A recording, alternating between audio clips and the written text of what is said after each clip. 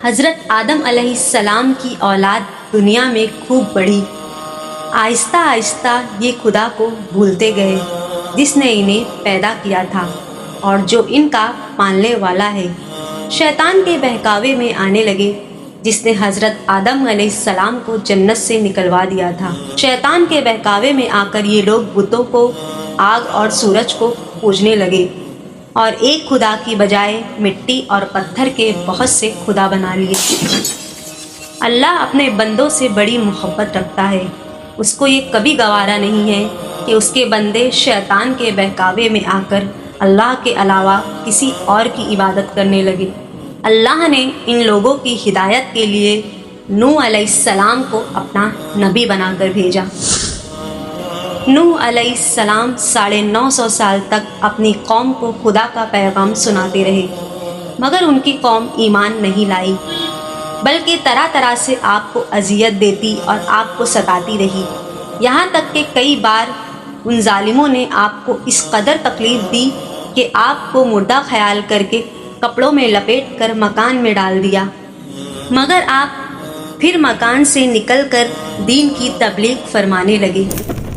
اسی طرح بار بار آپ کا گلا گھونٹتے رہے، یہاں تک کہ آپ کا دم گھٹنے لگا اور آپ بے ہوش ہو جاتے، مگر ان مصیبتوں پر بھی آپ یہی دعا فرماتے تھے کہ اے میرے پروردگار، تو میری قوم کو بخش دے اور ہدایت عطا فرما، کیونکہ یہ مجھ کو نہیں جانتے۔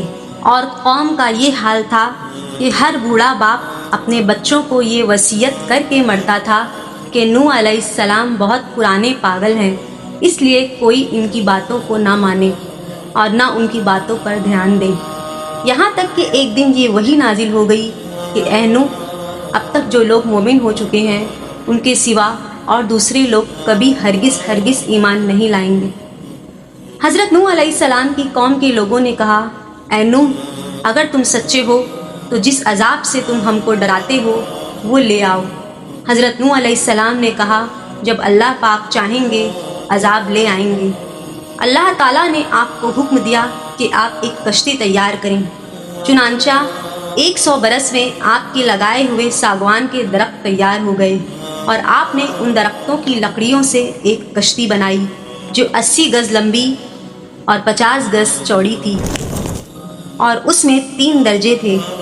نچلے طبقے میں درندے، پرندے اور حشرات الارض وغیرہ تھے، درمیانی طبقے میں چوپائے وغیرہ جانوروں کے لیے، اور بالائی طبقے میں خود اور مومنین کے لیے جگہ بنائی۔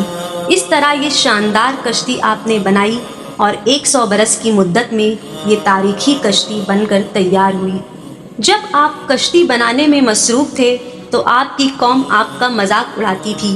کوئی کہتا کہ اے نوح، اب تم بڑے ہی بن گئے ہو، حالانکہ تم کہا کرتے تھے کہ میں خدا کا نبی ہوں۔ کوئی کہتا کہ اے نوح، اس خشک زمین میں تم کشتی کیوں بنا رہے ہو؟ کیا تمہاری عقل ماری گئی ہے؟ غرض طرح طرح سے آپ کا مذاق اڑاتے، طعنہ بازیاں کرتے، بس زبانیاں کرتے رہتے تھے، اور آپ ان کے جواب میں یہی فرماتے تھے کہ آج تم ہم سے مذاق کرتے ہو، لیکن گھبراؤ مت، جب خدا کا عذاب آئے گا تو ہم تمہارا مذاق اڑائیں گے۔ آخر اللہ تعالیٰ کا عذاب اس کے وعدے کے مطابق آیا۔ زمین سے پانی نکلنا شروع ہوا اور آسمان سے بارش آنی شروع ہوئی۔ جب طوفان شروع ہوا تو نوح علیہ السلام نے کشتی میں درندوں، چرندوں، پرندوں اور قسم قسم کے حشرات الارض کا ایک ایک جوڑا نر و مادہ سوار کرا دیا، اور خود آپ اور آپ کے تینوں بیٹے یعنی حام، سام اور یافیس، اور ان تینوں کی بیویاں اور آپ کی مومنہ بیوی اور 72 مومنین مرد و عورت، کل 80 انسان کشتی میں سوار ہوئے۔ حضرت نوح علیہ السلام کا ایک بیٹا جس کا نام کنعان تھا، وہ سچے دل سے آپ پر ایمان نہیں لایا تھا۔ نوح علیہ السلام نے اپنے بیٹے سے کہا، اے بیٹا، تم کشتی میں سوار ہو جاؤ اور کافروں کے ساتھ مت ہو۔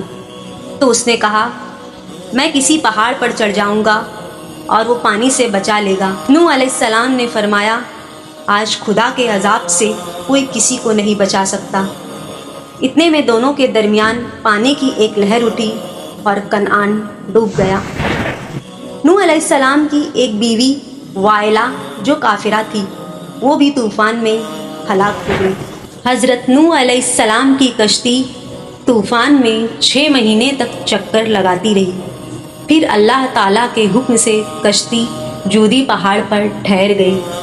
خدا کے حکم سے طوفان تھم گیا اور بارش برسنا بھی بند ہو گئی۔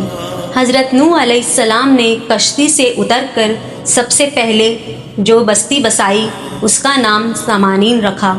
عربی زبان میں سامانین کے معنی 80 ہوتے ہیں۔